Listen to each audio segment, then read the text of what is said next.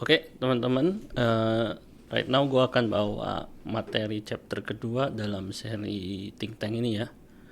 Jadi seri kedua ini adalah tentang investment framework. Kalau tadi filosofi, ini framework. Jadi dari filosofi yang benar dulu, baru kita turunin jadi sebuah framework yang kita pakai sehari-hari.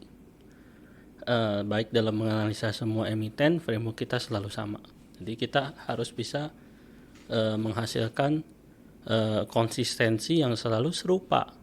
Jangan kita menggunakan framework yang berbeda untuk saham yang berbeda, karena nanti itu akan menjadi kebiasaan yang buruk dan menjadi tidak konsisten dalam proses pengambilan keputusan seperti itu. Jadi kita perlu semacam framework yang konsisten. Seperti yang Warren Buffett katakan, kunci dari investasi itu adalah dua, yaitu sound investment framework dan sound mental fortitude. Artinya kita punya framework yang tepat dan kita punya mental yang tepat. Itu adalah dua bahan seorang investor untuk belajar seumur hidup, kerangka yang tepat dan mental yang tepat. Nah, itu dua-duanya sangat basic, tapi sangat penting dan tidak akan berubah selama-lamanya. Oleh karena itu, seperti teman-teman Think juga yang masuk itu, saya selalu tekankan untuk kerangkanya tepat dulu, sama seperti tim-tim Think yang masuk, baru semua kita latih mulai dari kerangka yang tepat seperti itu. Jadi kerangka investasi itu apa? Kerangka investasi itu sebenarnya sederhana kok. Beli barang bagus, harga murah, kemudian kita sabar, kemudian kita menunggu. Nah, sesederhana itu. Framework yang tepat adalah kita beli barang yang bagus dan murah. Nah, tinggal kita definisikan barang bagus itu apa, barang murah itu apa. Sesimpel itu. Nah, barang bagus, good business, itu adalah product, people, power, 3P ya. Good discount itu adalah price. Kita perhatikan antara harga dan valuasi, seperti itu. Nah, jadi investment framework itu seperti apa? Pertama-tama kita lihat dulu good business itu apa? Product, people, power. Seperti yang sudah dijelaskan di filosofi. Produknya bagus, orangnya bagus, dan memiliki daya kompetisi yang lumayan, disitulah kita sebut good business. Sedangkan price itu apa? Price itu adalah selisih antara harga yang kita mau bayarkan dengan apa yang kita dapatkan.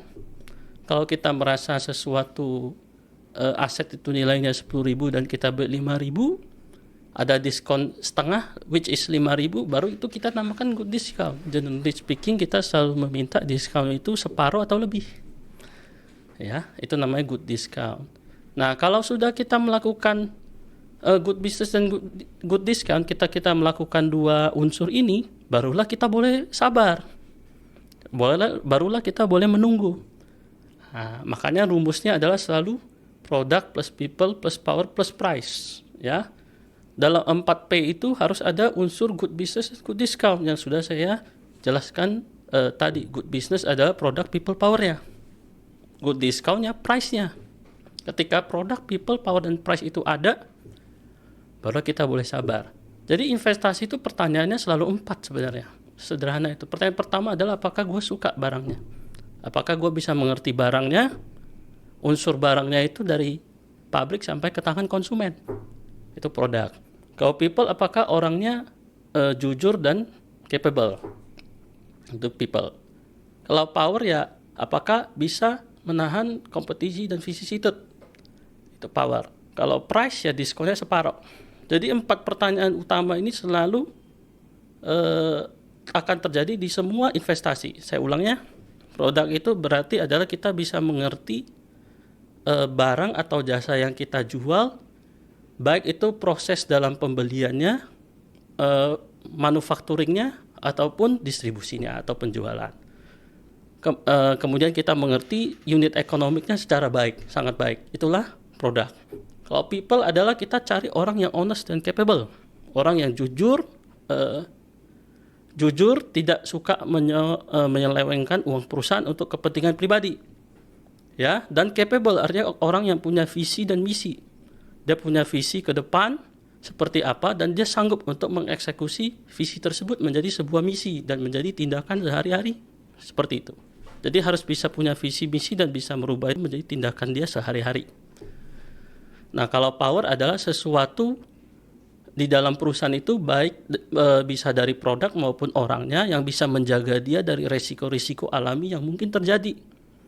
Resiko itu bisa dari competition, bisa dari faktor alam, faktor yang tidak terduga, dan segala macam. Tapi kalau dia punya sesuatu yang bisa melindungi dia dari itu dinamakan power. Bisa jadi itu brand, bisa jadi itu hak paten, bisa jadi itu ongkos yang murah dan lain sebagainya. Tapi intinya adalah power. Jadi good product, good people, good power itu adalah good business. Price adalah simple. Setelah kita melakukan proses analisa seperti yang saya jelasin di filosofi, dan kita bisa mengambil proses kesimpulan, harganya misalnya 10.000, evaluasinya 10.000, harganya 5.000, diskonnya separuh. Kalau bisa sih evaluasinya 10.000, harganya 2.000, diskon 80%. Tapi kita jangan terlalu serakah, diskonnya separuh saja.